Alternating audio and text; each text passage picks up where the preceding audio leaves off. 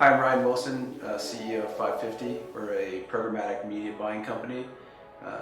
We specialize in all forms of digital media and partner with agencies and brands directly to drive traffic to their businesses. Traditionally, advertising, whether online or offline, was done where you had a media channel and you had a target audience. And what you would hope to do is move the media channel and the target audience to each other by identifying profiles of the people who use that media and the people who you intend to put your product in front of. For example, say you're trying to reach travel intenders. You could potentially try to reach them on a site like the Weather Channel, where they were going to check the weather in the destination that they were going to be attending or reaching.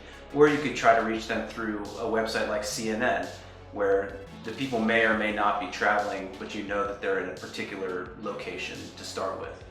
When you have these two different situations, you have one that's going to have a lot of overlap and one that's going to have not quite as much overlap. So obviously the one that has the most overlap is the one that you want to buy. That's the way that people maximize the efficiency of their buys, is by trying to find the audience that really reflected the people that they were trying to reach. The current version of digital has created a lot more opportunities with that. Instead of trying to look at the sort of reflective version of the website or the media source, you can actually look at individual people when you go to make that, when you go to buy that particular impression and serve that ad. So it's moved away from being reflective of media and really become something where we're looking at the audience directly and trying to touch that individual person with the right message at the right time, at the right place. So who is that target audience? That's really the next question. Traditionally, it's been reflective of, look at past sales data. Where do these people live? What do they like to do? How old are they? How many kids do they have in household? How much money do they make? Those types of things are really great ways to come up with broad generalizations about who's likely to buy your products. Now we have the ability to do this type of modeling in real time through digital marketing. So within digital marketing, the right audience is the one who's driving performance for you, driving response, whether it's a branding campaign or it's a direct response focused campaign. So what we do is we put little pieces of technology within that sort of sales process, and we model how far people are getting along on it. So the people who are actually buying, the people who are actually converting on whatever your offer is, whatever your product is, those are the ones we want more of. And there could be multiple groups of those. We no longer have to look at the aggregate to figure out these are the people that we want. There could be 5 different groups of people that we want. And each could have their own message, and each could be serving ads and being bought traffic at different prices.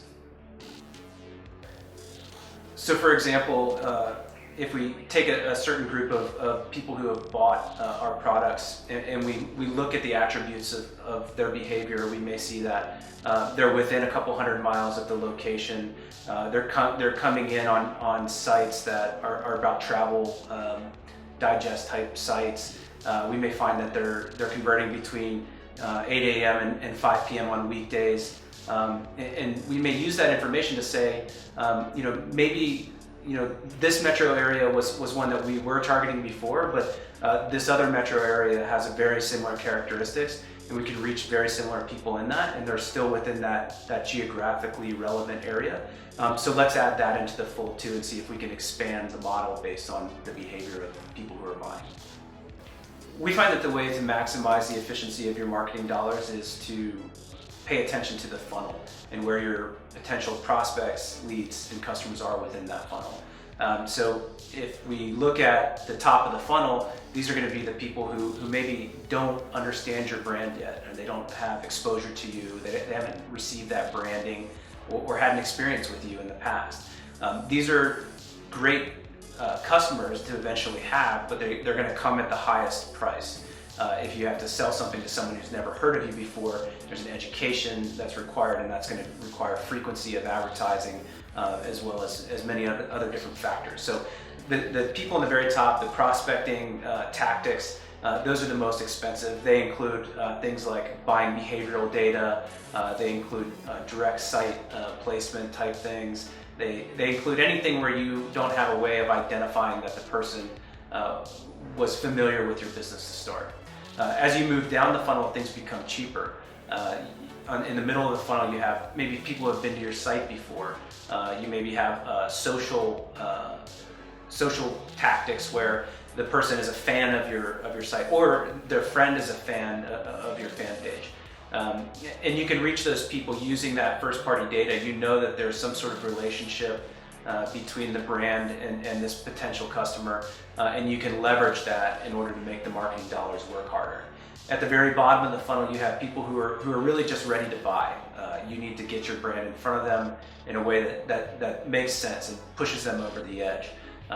Again, site retargeting is a great tactic here.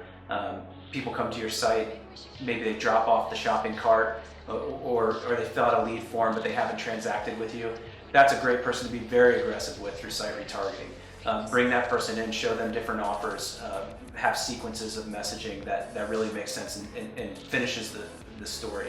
As well as search. Search is a highly intent-driven tactic. So if somebody is out there looking for searching for your company or searching for the service or experience that you offer, that's a person you want to be in front of, and you should be willing to pay a little bit more.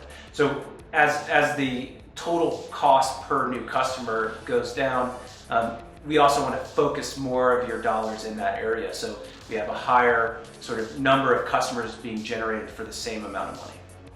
In short, to maximize the efficiency of your marketing dollars, you want to spend your marketing dollars from the bottom of the funnel, working your way up.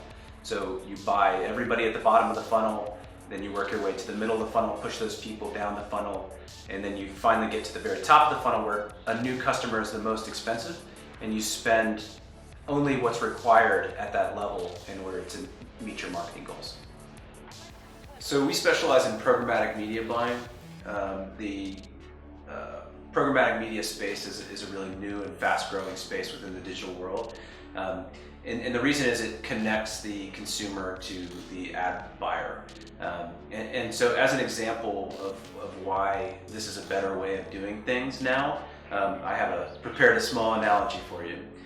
So I have a wife who enjoys chocolates, and when I go out and I buy chocolates for her, I buy them by the box typically. Inevitably what happens is when I buy the chocolates by the box, I end up with a bunch of chocolate that she doesn't really care for. She's not overly picky, but not everything in the box suits her taste. So within this particular box of chocolates that I have here, I found 19 pieces and paid $30 for them. So that was a price per piece of $1.58. Now, when you look at all the different 19 pieces they have, and you kind of lay them out here, you see that of the 19 pieces, she really only cares for 9 of those pieces. So this particular box of chocolate has a lot of waste for me. And so it's similar in a way to kind of when we're looking at the media and the targeting.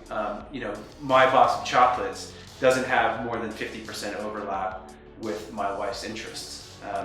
But what happens when you buy a box of chocolate like this is that you end up paying a higher price per chocolate than you would maybe otherwise, or than what you're getting value for. So $1.58 per piece at 19 pieces in the box is not what I realize in value for this, because only 9 of those pieces create happiness for my wife. So when you do the math, at 19 pieces, each piece costs $1.58.